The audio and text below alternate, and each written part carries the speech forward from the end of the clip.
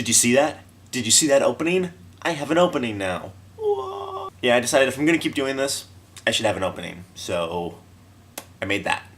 It's my opening. What do you think? No good? Something a little more flashy, shorter, different music? Feedback, please, people. So, the other day I was walking down the street with Zoe, and we found this book sitting on top of a New York Times vending box. The Merriment of Christmas. I'm not really sure what this book is about. It just seems to have a lot of really odd pictures of Christmas stuff. I don't know what's going on there. And then there's weird tips and tricks for how to decorate things and, dear God, edible ornaments. Look at that. That's Rudolph. You can make Rudolph and eat him. I'm not even Christian, and I know you shouldn't be eating Rudolph. That seems like some kind of sacrilege. Isn't it?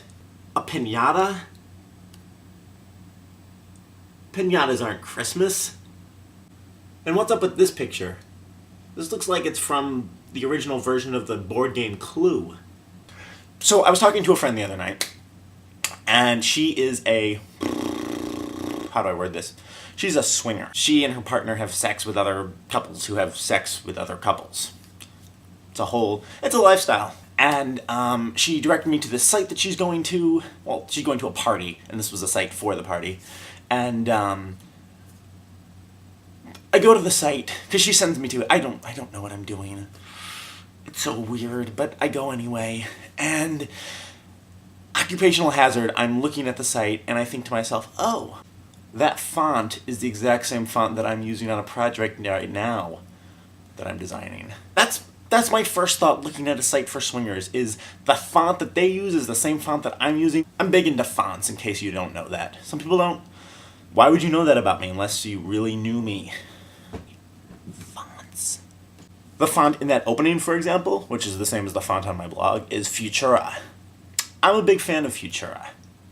Wes Anderson is a big fan of Futura also. If you look at Royal Tannenbaums is a really good example of how Wes Anderson uses Futura. For example, all the things that are Tannenbaum related, Futura.